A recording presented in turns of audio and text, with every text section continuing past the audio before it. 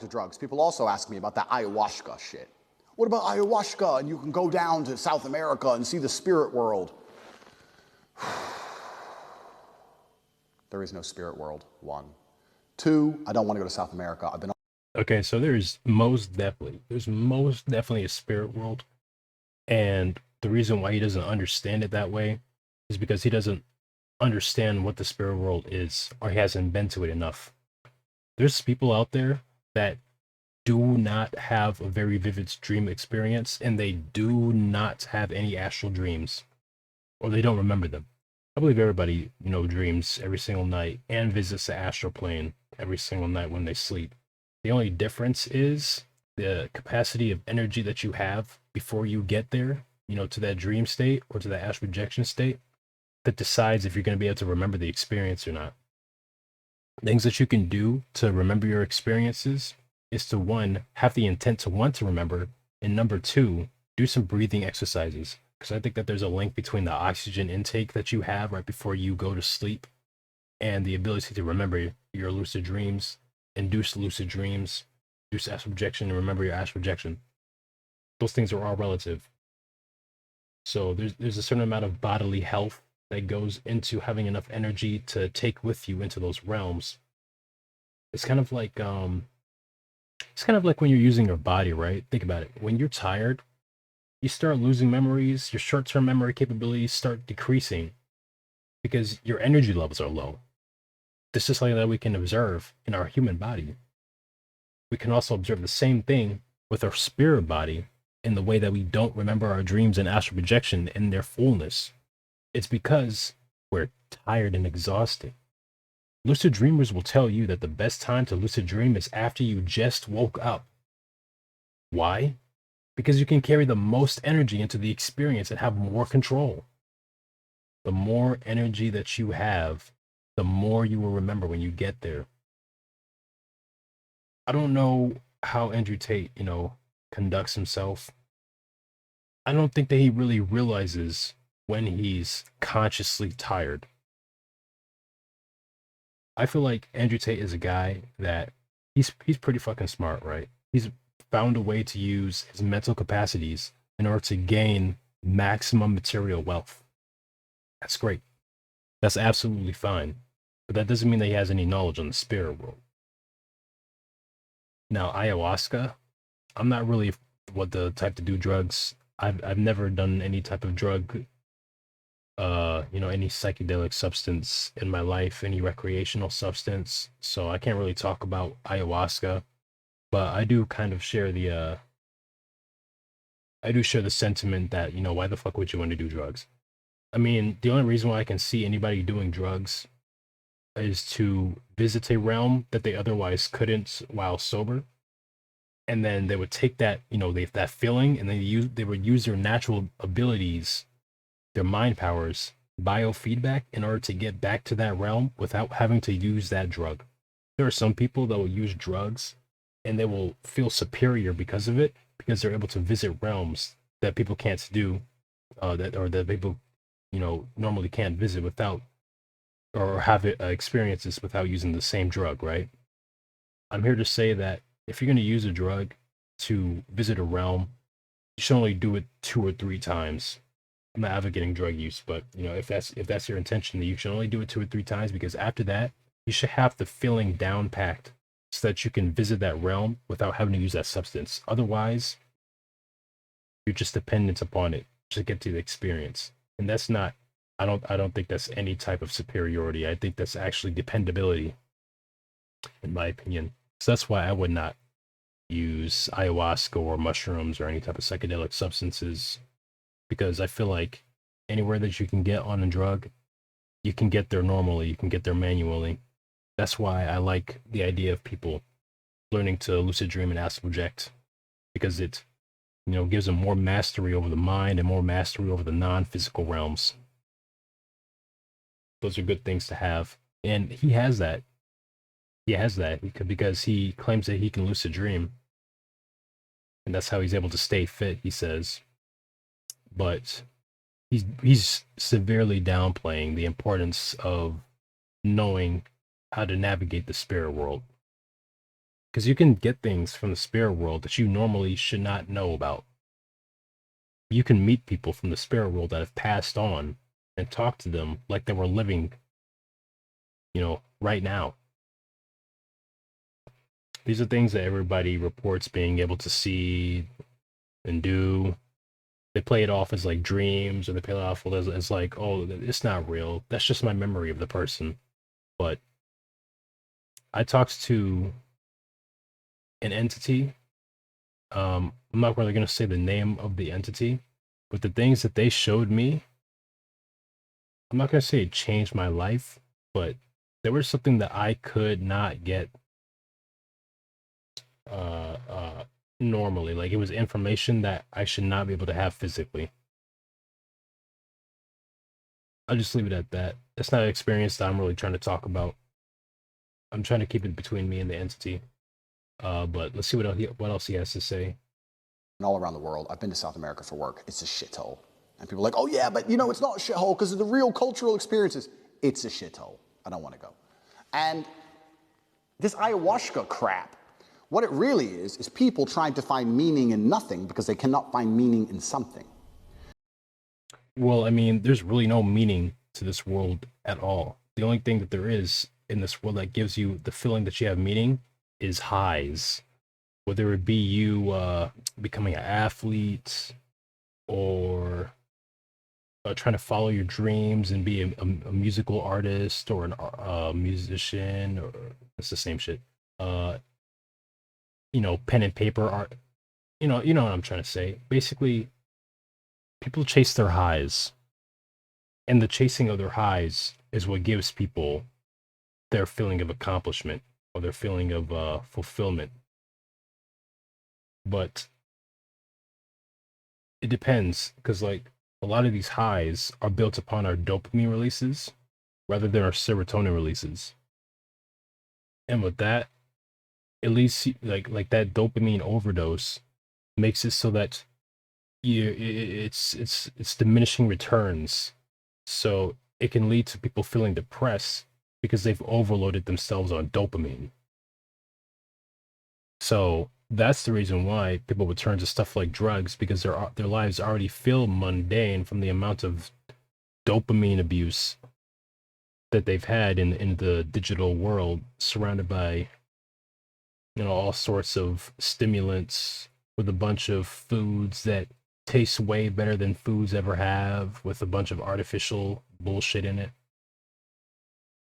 Like that's one of the reasons why people choose drugs. It's also peer pressure, but ayahuasca isn't really a peer pressure drug. I feel like it's more like people who want to have a spiritual experience.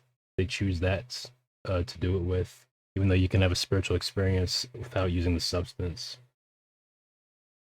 Really, using substances to have spiritual experiences, it's not actually giving you control. You're borrowing, because it's like people on salvia, I think it's called.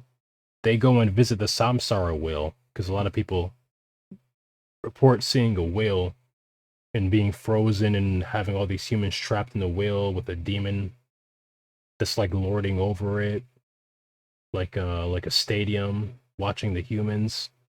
People who do salvia, I think that's what it's called. Salvia? Sativa? I can't remember.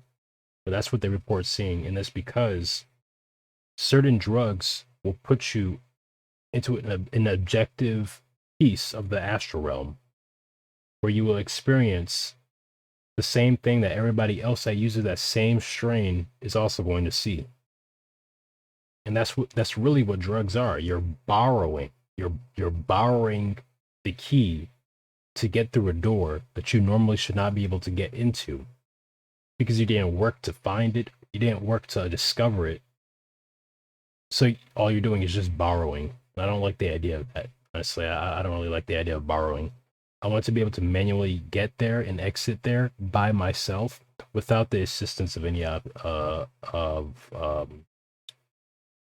the assistance of any drugs, basically. If I need to test myself and learn about myself, I can enter the cage and fight a man, and I can learn everything it takes. I can learn everything I need to know about perseverance and grit and what I'm really made of. and my spirituality, I can understand myself. You're too pussy to do that, aren't you? So you'd rather go down to fucking Puerto Rico, drink some brown liquid, throw up all over yourself, and then lie to me about how you saw spirits. Well, I mean, it's just a difference. It's just a difference of personality. Some people can find meaning, you know, in kickboxing, like he did. It's a very exhilarating sport. It hurts when you lose, and it feels great when you win. And however much work you put in is how much reward you get out. And also, there's the feeling of like triumphing over another human being, which is another innate, an innate biological plus to it that everybody that competes in sports feels at least once in their life when they triumph over another person. So I can understand why he feels like that is more superior to experiencing the spiritual world, especially when the human consciousness spends most of its time in the physical world. Of course, it's going to prioritize the physical world. I mean, you spend 2/3 of your reality in the physical world, and then the other third is sleeping. And if you can't even remember that, then it's going to seem like all that matters is the physical world. And it will lead to you to things like, you know, the perception that all there is the physical. And I think that's like that itself is a type of psychosis that comes with not having any knowledge of the spiritual world or the non-material realm. But yeah, that's something that you have to work at. It's not really something that you need, but I think it's a good thing to know about. Experiencing the spirit world, I don't think that it really changes people's lives in a physical way, because the only way that you change things physically is by physical action.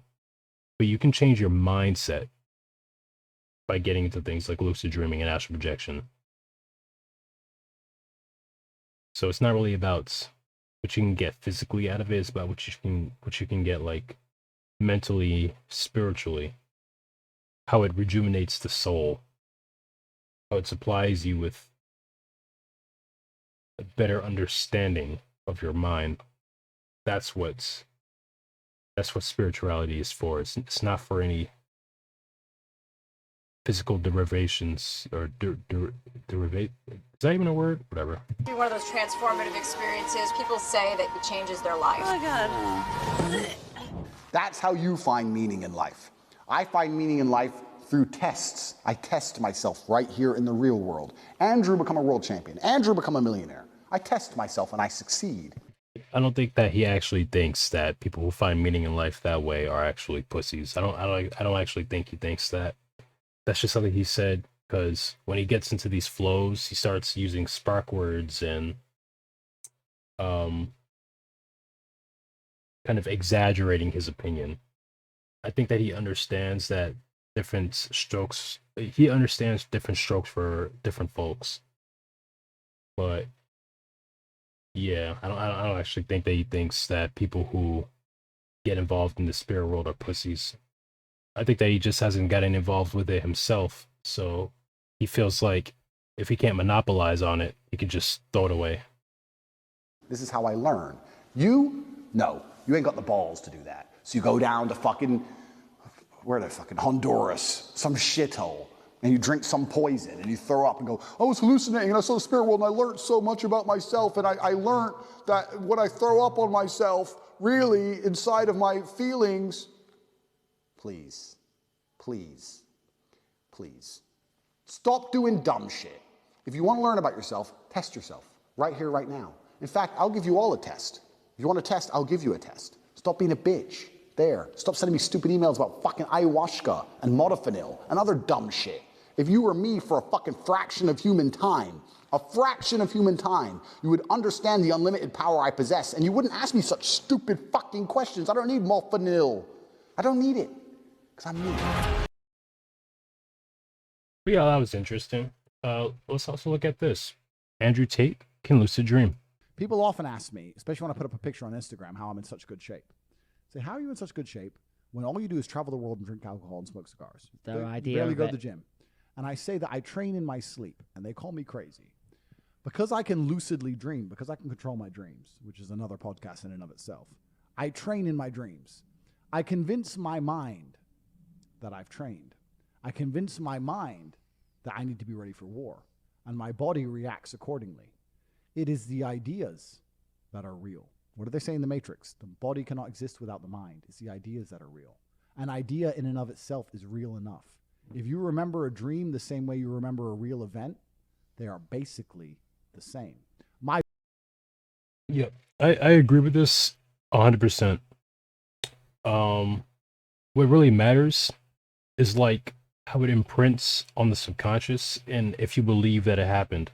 Because in reality, think about it. Like in the media, right? Something that didn't never happened at all can be put as a headline and say like 500,000 people will see it, or even 1 million people will see it, and then that becomes the truth. Even though it never happened, like 1 million people are going to think that it actually happened. So it did happen. And then you can find evidence in reality that generates itself just because humans believe it happened. The evidence will generate itself because somebody believed that it happened. That's how the reality works. So it's basically, right, the people who engineer social media understand you have to fake it till you make it. Really, that's literally what it is. Telling lies until it becomes a truth. This is how it's always been socially. If you want people to see you a certain way, you have to act and portray it that way until people believe it, and then it becomes part of the fact. Of course, you also have to walk the walk when you talk the talk. But we're in a digital a digital age where everybody only cares about your persona. So if you can, weaponize your persona and use that and maximize like your profit, your material profits off of that, like Andrew Tate is doing right now. And all he's doing, right, is just taking advantage of it's not a persona, it's an archetype, right? It's rather an archetype because people understand archetypes. Everybody understands archetype. Like the bully archetype or the ratty guy archetype that nobody trusts, but he has a nice face, right? Actually, people do trust them because he has a nice face, and that's why he's a rat. Because nobody ever expects the rat to have a nice face. Well, actually, people do expect it because they are an archetype now. But that's not really what I'm trying to say. Basically, he's playing an archetype that people know of and that people understand with and react well to, and that is why he's been able to get as big as he can on social media in such a short amount of time. That's why he was able to get to like 1 million Instagram followers before he got banned in just a month span, right? Because he went on Aiden Ross's podcast. It's not a podcast. He just went on Aiden Ross's stream. Got introduced to a bunch of millennials, and people liked him so much they liked his personality that he was playing off, and he took off with it. That was like amazing podcast too. But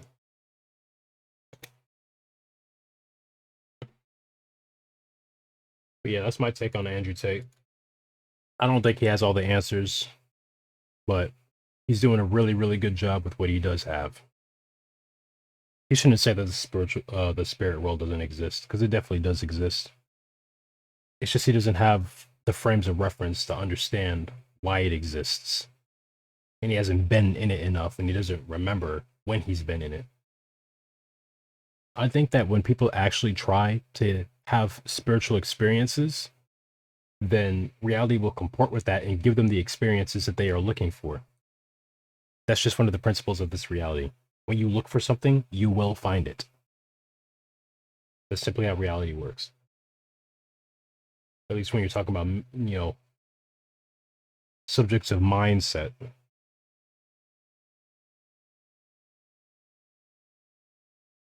And spirituality, mindset, it's like the most important thing. Let me tell you something about chaos magic. Here's why chaos magic is understood and works so well for people. Because, people who found that other magic systems didn't work for them, they went for chaos magic. Why? Because here's chaos magic's entire philosophy, right? The reason why, chaos magicians say this, the reason why they say that their spells work, or spells in general work, is because the person believes it works. There is a physical action that goes with the intent that it will work. And then there's an idea of something that will happen after the ritual. Those three things are everything that happens in a ritual. Like look at the dolls with the needles, the voodoo dolls. The reason why the classic voodoo doll is so popular is because it uses those three things. It uses 1, the physical catalyst, 2, the intention, and 3, the action. Physical catalyst, attention, intention, and action. Look up those CERN, those CERN festival bullshit things. They do some weird shit. They did one for shit. How do I say this on YouTube? The jabby stabbies, right? They did a whole ritual for that. What did they do? They staged a performance with an intention for something to happen. They had the action, which was the people dancing. They had everybody watching. And the catalyst was the things that they showed, which was the people in the hospital beds.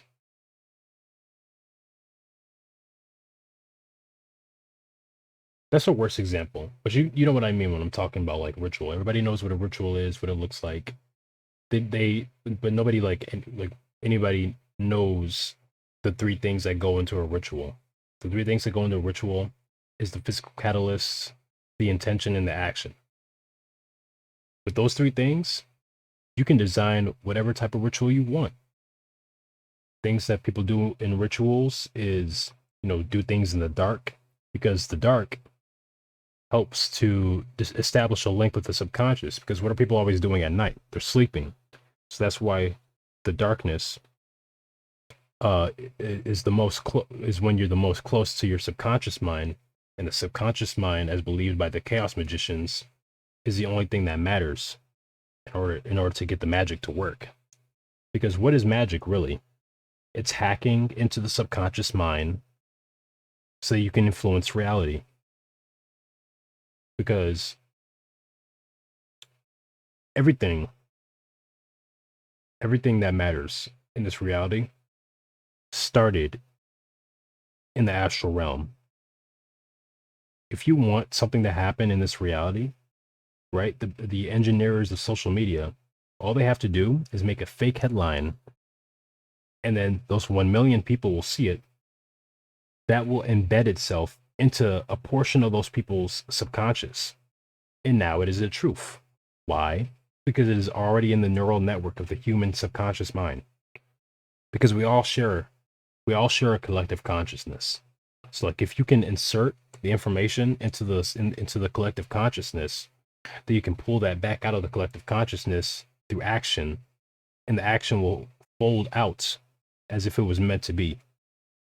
Because the catalyst was already there, and the catalyst of every physical action is the thought. That's why people say that all is mind, even though there's more nuance, more nuances that aren't discussed in that. You can simplify it by saying that all is mind, because if you think about it, everything starts as a thought concept first, before it gets played out on the main stage, which is reality.